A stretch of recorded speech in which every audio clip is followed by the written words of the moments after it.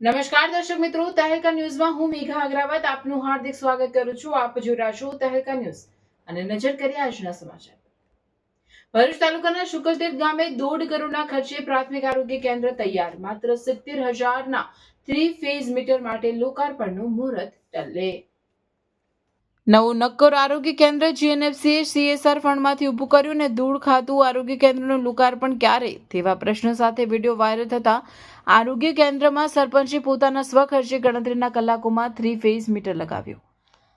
ભરૂચના પૂર્વ પટ્ટી વિસ્તારના શુકલતીર્થ ગામે અદ્યતન સુવિધાવાળું આરોગ્ય કેન્દ્ર ન હોવાને કારણે શુકલતીર્થના મેળામાં ડૂબી ગયેલા લોકોને સમયસર સારવાર ન મળતા અને સિવિલ હોસ્પિટલમાં લાવતા દમ તોડતા શુકલતીર્થ ગામમાં અદ્યતન સુવિધાવાળું આરોગ્ય કેન્દ્ર ઊભું કરવાની માંગ ઉઠતા આખરે ખાનગી કંપનીના સીએસઆર ફંડમાંથી 1.50 કરોડના ખર્ચે આરોગ્ય કેન્દ્ર નિર્માણ પામ્યું, પરંતુ 3 ફેઝ મીટરના કારણે લોકાર્પણ તલ્લે ચડતા આખરે સોશિયલ મીડિયા પર વાયરલ થયા બાદ સરપંચે પોતાના સ્વખર્ચે મીટર લગાવી આરોગ્ય કેન્દ્રની સફાઈ શરૂ કરાવી છે.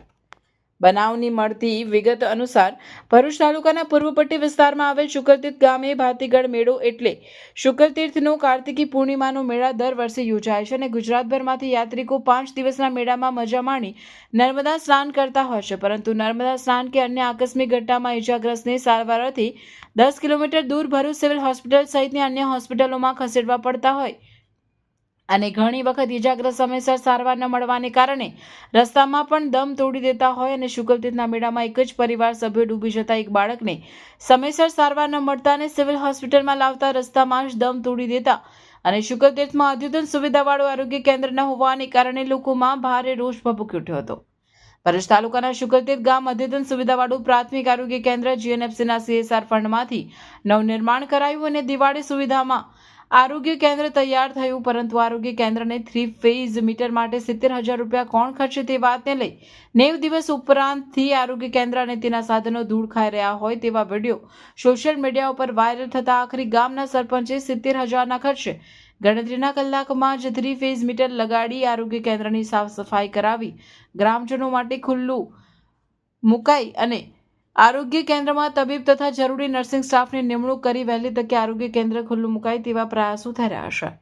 રિપોર્ટર રવિ સૈયદ, ભરૂચ. હું સંદીપ વ્યાસ શુક્લતીર્થના રહેવાસી છું.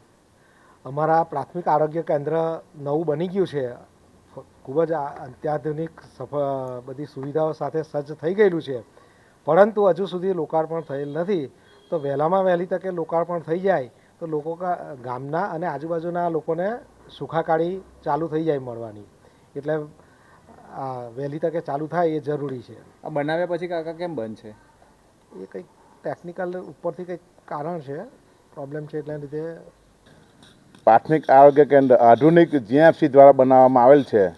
હવે ઘણા સમયથી બની તો ગયેલું છે, પણ થોડુંક કંઈક લાઇટના કંઈક કનેક્શન બાબતે ગૂંચવાયેલું હતું. તે શુકલતીર્થ ગામના સરપંચ રણધીરસિંહ માગોલા સાહેબે એમાં જે કંઈક ભરવાના હતા પૈસા તે એમના પોતાના સ્વખર્ચે ભરી અને તાત્કાલિક એનું ઉદ્ઘાટન થાય, નવા ડૉક્ટરોની નિમણૂક થાય, એના માટે આગળ આરોગ્ય કેન્દ્રને રજૂઆત કરી છે. તો અમારા ગામજનો વતી હું કહેવા માગું છું કે જો ગામમાં વહેલી તકે આ દવાખાનું શરૂ થઈ જાય તો દરેક ગામજનોને તેમજ અમારા આજુબાજુના ગામના વ્યક્તિઓને એનો લાભ મળે એવી અમે શુકલતીર્થ ગામ વતી હું અપેક્ષા આશા રાખું છું.